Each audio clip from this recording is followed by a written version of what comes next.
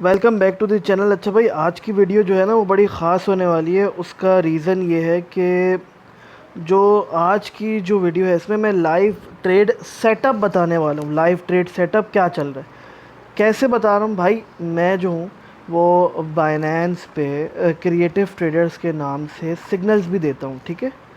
तो अगर कोई मुझे जाके उस पर फॉलो करना चाहे तो वो कर सकता है, बिल्कुल। मैं उस पर सिग्नल्स देता हूँ और यहाँ पे मैं ये लाइव ट्रेड दिखा रहा हूँ भाई। देखो, लाइव सेटअप, सॉरी, पोर्टल एक कॉइन है क्रिप्टो करेंसी का, जिनको जो जो है ट्रेडिंग करते हैं उन्हें पता होगा।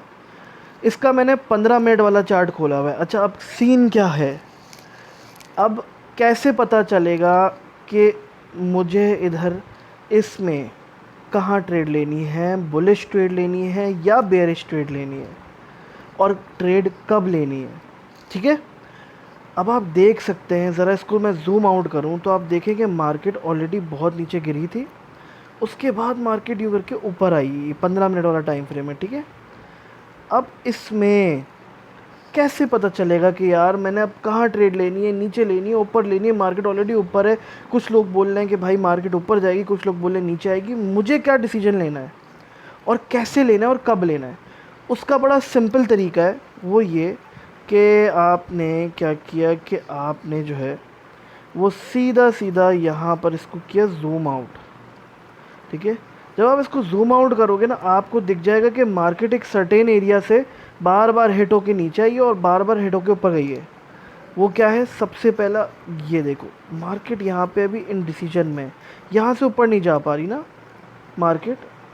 और अगर हम इस पर एक लाइन डाल दें जो कि हॉरिजॉन्टल लाइन है, तो उसको ज़ूम इन करके देखोगे तो मार्केट आगे भी यहाँ से नहीं गई है, ठीक है। उसके अलावा अगर हम और आगे जाएं तो मार्केट को यहाँ पे भी प्रॉब्लम क्रिएट हुई है, ठीक है।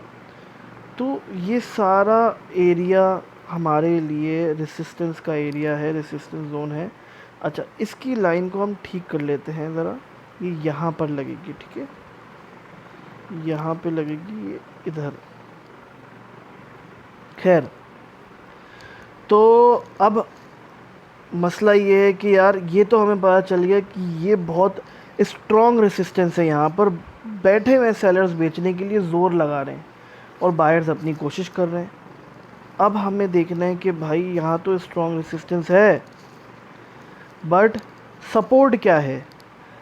अब हमें पता है कि भाई यहाँ पर जो सपोर्ट मिल रही है वो पहली सपोर्ट यहाँ मिल रही है 0.0593। क्यों? क्योंकि देखो, अगर हम इसको ज़ूम आउट करें तो मार्केट बार बार यहाँ पर आई है और उसके बाद यहाँ से वापस नीचे गई। यहाँ पे मार्केट को बड़ी प्रॉब्लम हुई है क्योंकि ये स्ट्रॉन्ग एक बैठी हुई सपोर्ट, ठीक है। ये देखो, ये भी, ठीक है।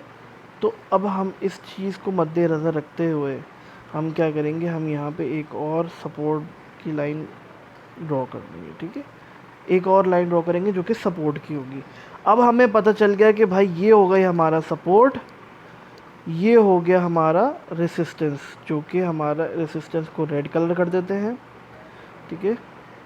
अच्छा, अब ट्रेड कहाँ लेनी है, ट्रेड कहाँ लेनी है, सिंपल सी चीज़ है, बहुत सिंपल सी चीज़ है। अगर तो मार्केट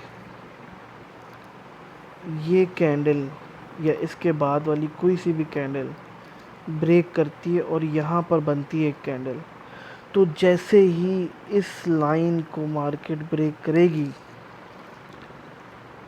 आपने एंट्री लेनी है और वो सीधा यहाँ पर हिट करेगी। ये हो जाएगी शॉर्ट की, क्योंकि इसका मतलब होगा कि मार्केट में, अब मैं आपको समझाता हूँ कैसे। ये देखो, इसका मतलब ये होगा कि जो जो वो थे ना, इसका मतलब अगर ये कैंडल यहाँ तक आ जाए नहीं थी तो उससे ये होगा कि ये जो बाकी की कैंडल्स हैं इनको वो पीछे छोड़ गई और वो यहाँ तक नीचे आ गई। इट मीन्स के सेलर स्ट्रॉन्ग थे, उन्होंने मार्केट को हरा दिया, ठीक है। अब अब हमें सिंपल सा पता है कि अगर यहाँ पर मार्केट के हमने एंट्री ली और यहाँ पे हमारा टेक प्रॉफिट होगा। स्टॉप लॉस सबको पता है, हमारा स्टॉप लॉस ये होगा, ये जो 2 कैंडल का जो ये एरिया है 0.0624, ठीक है। ये तो हो गई कहानी इसकी। अब आप इसको इरेज करते हैं और जाते हैं लॉन्ग पे, कि अगर लॉन्ग की बात हुई तब क्या होगा, ठीक है। अच्छा, सबसे पहले तो लॉन्ग पे हम आए तो हमें ये देखना होगा कि भाई अभी सबसे हाईएस्ट मार्केट ने ये बनाया हुआ है। अगर ये कैंडल या इसके बाद बनने वाली कोई भी कैंडल्स यहाँ तक इधर आ जाती हैं, यानी कि इसकी लाइन को, इनके टॉप को, इनके हाई को ब्रेक कर देती हैं और यहाँ क्लोजिंग दे देती हैं। क्लोजिंग देना बहुत ज़रूरी है। कैसे? अगर मैं इसको मिटाऊँ, इसको मिटा के समझाऊँ, अगर यहाँ पे क्लोज़ होती है कोई कैंडल तो इन दोनों से हाई पे क्लोज़ हुई, यानी उसने अपना फाइनल डिसीजन हाई पे दे दिया, यानी बायर्स अभी भी बैठे हुए हैं और मार्केट को ऊपर ले जाना चाहते हैं। और यही ग्रीन कैंडल अगर यहाँ बंद हो गई और एक नई ग्रीन कैंडल जनरेट होने लग गई, हम उसी नई ग्रीन कैंडल पे एंट्री ले लेंगे और सिंपल हम एंट्री लेंगे और हमारा सिंपल सा स्टॉप लॉस हो जाएगा। क्या? एक सेकेंड, इसको मिटाता हूँ। अच्छा, तो हमारा स्टॉप लॉस हो जाएगा